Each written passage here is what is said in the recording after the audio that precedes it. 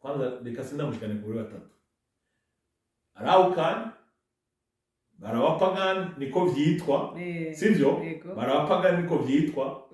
Mugabe imbere y'Imana ni mwihende. Baruvuga n'umugore. Yeah.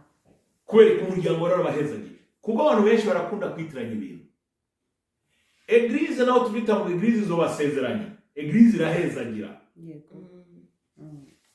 Ariko umuryango, la famille, abavyeyi bamaze kubaho umugisha. Igihugu kigashira ko sinyatire.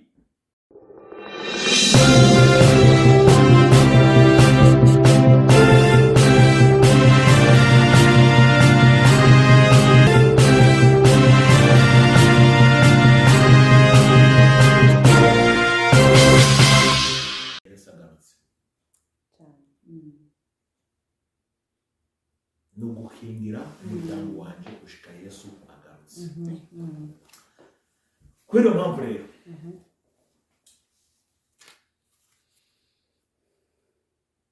ubu rero yarongoye canke yarongo harabaye bya bibazo byose nariko ndavuga aratandukanye. Yego. Ejo mu gitondo ahisemo kurongora cyangwa kurongorwa n'undi. Yego.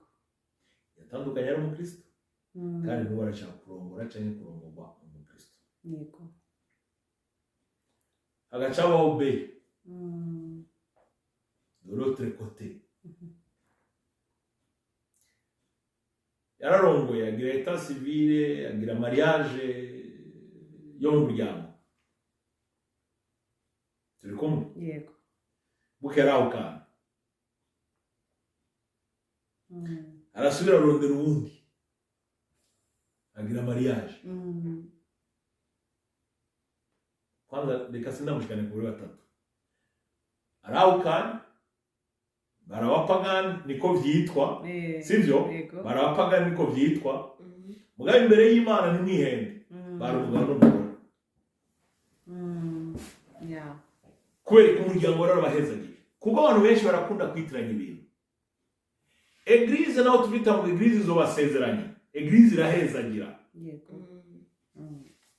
Ariko umuryango, la famille, abavyeyi bamaze kubaho umugisha. Igihugu kigashira ko sinyatire. Imbere y'Imana bamaze kuba umugore ni n'umugabo. Eglise ikikorera zikagira iki? Igahezagira kugira ngo rwa rugo ruze rugire umugisha w'Imana, kugira ngo rwa rugo ruze rubone ubwiza bw'Imana, kugira ngo rwa rugo ruze rubyare bungu na kobwa, baze bagire imigisha y'Imana n'ibindi. Ariko mbere nakubwire yuko n'imbere yuko eglise itari bwabahezagire. Yego. Kuko umuryango wabahezagiye. Umuryango wagize iki? Wabahezagiye. Igihugu kikabahereza certificat de mariage. Bakabana nk'umugabo n'umugore. N'imbere y'Imana bari umugabo n'umugore. Nikimenyamenya abavyeyi bacu. Nibangaye bagiye muri eglise. Nibangaye. So kenshi hari ukuntu tudafata umwanya wo gushishoza. Twinjire deep mu ijambo ry'Imana. Dusuzume mariage ni iki. Uruhara rw'umuryango n'uruhe. Uruhara rw'ishengero n'uruhe. Uruhara rw'igihugu n'uruhe. Niho haba harimo ikibazo. Wari uzi yuko hariho imiryango na cyane cyane nko mu bihugu binini nk'ibihugu nka bya Kongo. Nko mu bihugu bya Kongo hari abakristo benshi harimo n'abapastori. Bagize mariage imbere y'imiryango n'imbere y'ishengero batigeze baja muri leta. Ico nemera naco nabo imbere y'Imana baba baragize mariage. Benshi kubera ico gihe wasanga umuntu aba ngaha biro ya mbere ya guverinoma iri nko kilometero 300 cyangwa 500. Yego.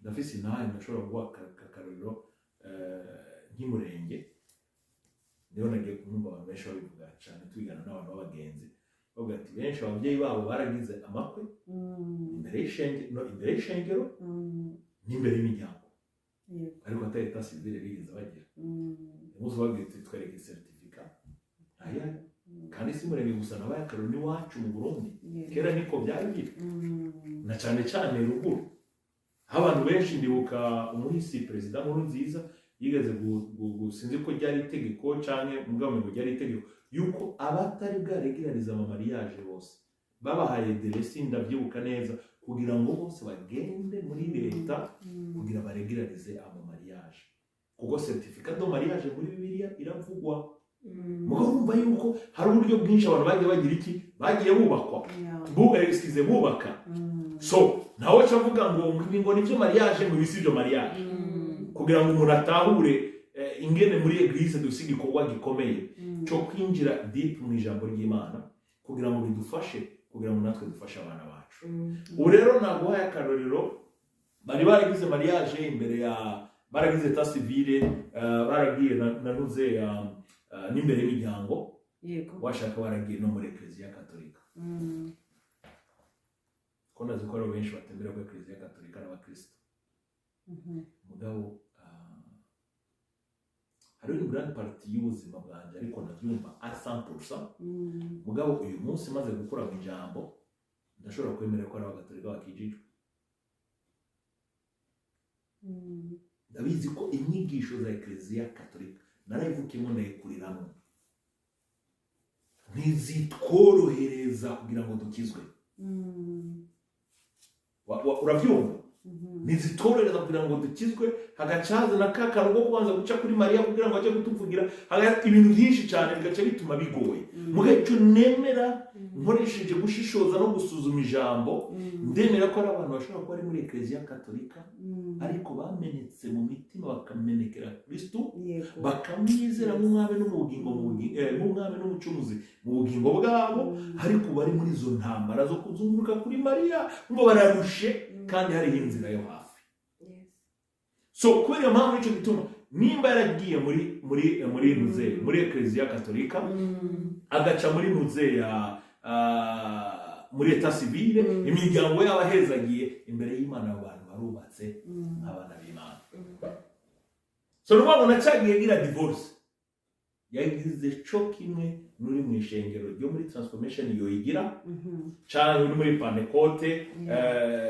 yo kunuze natse kuvuga amazina Pentecote z'i Burundi zo mu Rwanda c'est la même chose none uriya baramwemereye ngo bari abapagani ngubonye ngo rero ngiya kabiri niyo ya vrai fo iyo si ijambo ry'Imana nirya ya mbere Imana yari yigize so baramwemereye ko agira ubundi bukwe mwita ngo bujya bwa mbere bwari ubwa fo turi kumwe ivyo bica biza muri ya dimension y'ingene ndabizi Burundi mani mbabare sindi ko nacira imanza amashengero hari igihe muri Pentecote y'u Burundi ariyo baba kenshi bega ngo Pentecote kunahanga batemera imibatizo y'andi mashengero umuntu akava mu rindi shengero yagenda muri Pentecote bacambwira ko ateza kubatizwa kandi so urumva imikino nk'iyo mu ijambo ry'Imana iyo mikino rero twayigira tukira abana twapfa kwemera no kwakira ibyo batubwiye byose ariko tumaze gukura tukamenya ijambo ry'Imana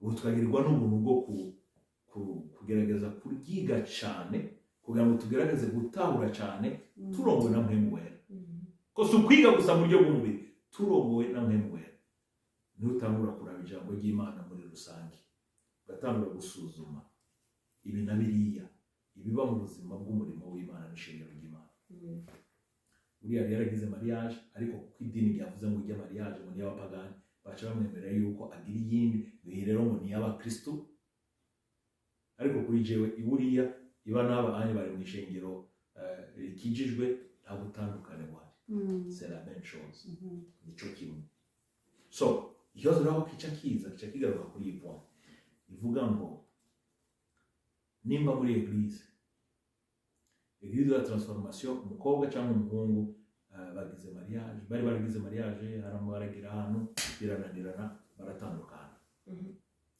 umukobwa cyangwa umuhungu araje muri eglise pastor mu gishaka cyangwa nti no way wewe uzosubira kurongora canke kurongorwa ari uko umugabo wawe uwahoze ari umugabo wawe cyangwa uwahoze ari umugore wawe apfuye. Nzavuga ati nuko uvuze ga pasiteri tuzoba dusubira. Ejo agaca agenda agahura n'umuhungu cyangwa umukobwa agaca amujyana muri eta civile, turi kumwe mu muryango bakabahezagira bacagira mariage.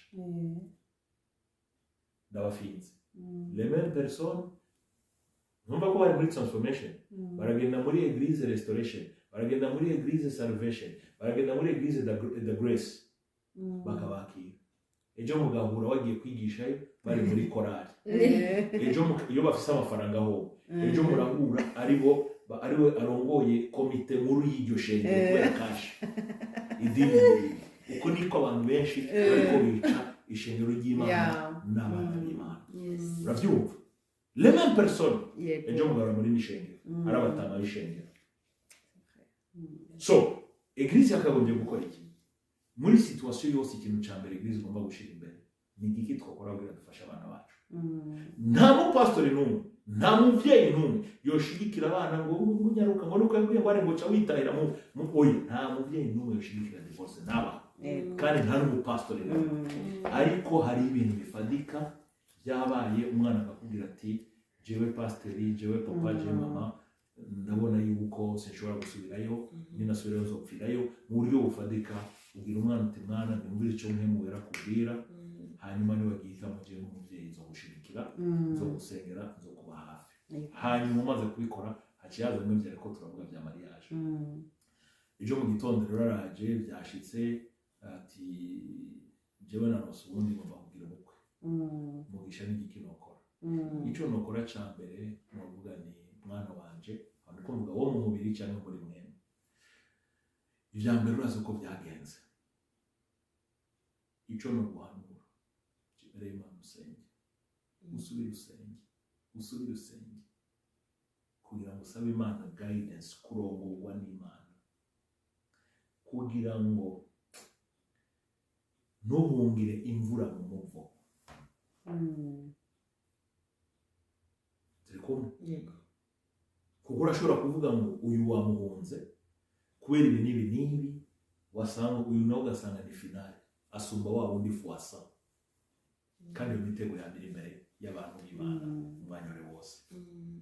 Ariko igihe cyose umwana yagaragaje imbuto z'Imana, yagaragaje umutima w'Imana, byagaragaye yuko yavuye muri rujya rugo kubera impamvu zifadika zigaragara. Ejo mu gitondo agafata umwanya wiwe agakorera Imana, agasenga umwaka umwe, imyaka itatu, imyaka itanu, akavuga ati uyu munsi ndashaka gusubira kubaka uwanje. Jewe mugisha nsuzuma ijambo ry'Imana, nkaraba urukundo rw'Imana, nkaraba imbabazi z'Imana, nkatora ko Imana ivuga ngo urukundo rwemera byose, rwizera byose, rukihanganira byose. Hamwe n'andi majambo menshi cyane rwose atandukanye, aho ijambo ry'Imana ritwereka urukundo Imana idukunda. Paul yavuze ngo urukundo Imana idukunda ngo ntidushobora kurumezera, ngo ntidushobora kurupima ngo bishoboke. Nishobora gupima amaje haruguru, amaje epfo, ubwabuke, havuye n'indi mvuga ngo ni muremure, ni munini Yesu, nawo muhangara, ni munini cyane. So n'urukundo rwiwe niko rungana. Sinibaza rero yuko uwo muhungu cyangwa umukobwa haciye umwanya wari wose nta gushiraho dele mvuge ngo waciye umwanya ungana gucyanye, kuko abantu bantambuye kwinjira muri cya kindi ndiko ndavuga ari kibazo mu buzima bw'ishengero, ariko akabikora mu buryo bw'Imana, mu buryo bugaragarira abantu yuko harimo ubuntu bw'Imana. Akaza akambwira ati muvyeyi cyangwa pastor nashaka gusubira kubaka umanuye iki. Ndavuga nti mwana w'Imana cyangwa mwana wanje cyangwa umukobwa wanje, senga Imana, niba Imana iguhesheje amahoro uzoze tugumugisha. Niho ngeza niko ndabibona, kubera ko kugira ngo ngirize imvi nize byinshi, nabonye ibintu byinshi n'amakosa menshi tugenda tugira umurimo w'Imana. Muganda gusubiriyemo, ntabwo ushobora kuza gusa wavumbutse utaye umugabo cyangwa utaye umugore uze mu ishengero tuguhezagira muri transformation. We never do that. Ntabyo tuzofata twarakoze, kuko Imana yaduha uburenganzira bwo kuraba, bwo gushishoza.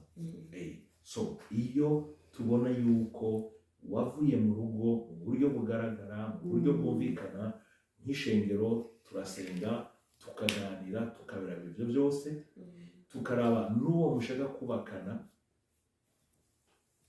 ibyanyu uko biri byatanguye uko biri ko biragenda n'uko biri ko birakura tubikora nk'ababyeyi kugira ngo tugufashe kugira ngo tubafashe si kubera ko turi abapolisi oya kuko nibyo nanga kubabesha nibyo byo birashobora kutagenda neza kuko turi abantu mugabo nk'abakozi b'Imana nk'ababyeyi tugerageza gukora ibishoboka byose kugira ngo tubafashe hako mubunga ishengero ariko mugume hafi y'ishengero kuko muri murimo twabanye ibintu byinshi cyane twababwiye ibintu byinshi aho baza ngo basezeranye eglise mukabyanka baca bagenda muri etat civile hirya imiryango kuko imiryango yabahezagiye bagiye no muri etat civile abaye umugabo n'umugore ejo bagiye muri indi shengero ngabo muri korali ngabo ejo bakanamusengera kwa pasiteri hano muri Quebec turi na pasiteri benshi tuzi bagize divorce ubu unyobana n'abandi bagore kandi abapasiteri bakomeye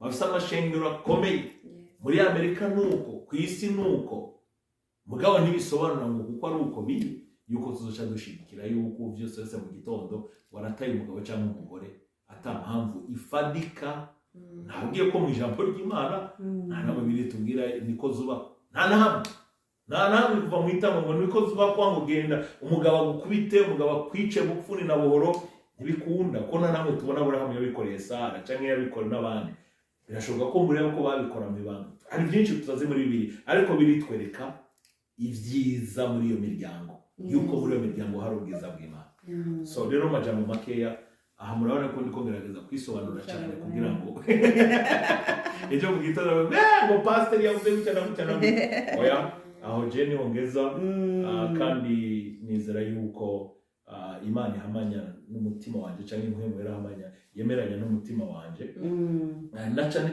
ikintu ngira nagize ko ni kimwe Imana nashaka guha abantu bose n'abapastori n'abantu twese muri rusangi nuko burya tupfa kunashwana tugacirana imanza ku by'amajambo y'Imana kandi biravuga ngo tuzi bike tugahanura bike tugasobanukirwa bike ubundi twari dukwiye guca bugufi tukareka mu mpemu barabagira iki baba baratwigisha aya majambo mvuze rero nazuga ati turaruhutse umukozi w'Imana yavuze ari amajambo y'Imana hari n'abantu bavuga mwumvise twarabwiye abapastori bagiye mu Burayi bagize ariko icyo ushaka kuvuga ibyo ushatse icyo nzi ni kimwe nuko nzi ko nemeranya n'Imana kuboha abana b'Imana gukoresha idini gukoresha iterabwoba uburyarya n'ububeshi nabaye akarorero k'abapastori benshi abakozi b'Imana benshi bahindura uko bahora bumva Bibiliya kuko abana babo bariko baca muri ibyo bibazo uravyumva kuko abana babo bariko baca muri ibyo bibazo mugaye igihe ari abana b'abandi nibo baduze ku munara gucira imanza yarawukanye ateza kuri kuko utarashikirwa mukimwe avuga ngo ruriye abandi rutakwibagiye so mu yandi majambo ndiko ngerageza gukoresha ijambo ry'Imana n'ubuntu bw'Imana muri rusangi kandi cyane ndangiza amanura twese nk'abana b'Imana guca bugufi uru rugendo kuri twese n'urugendo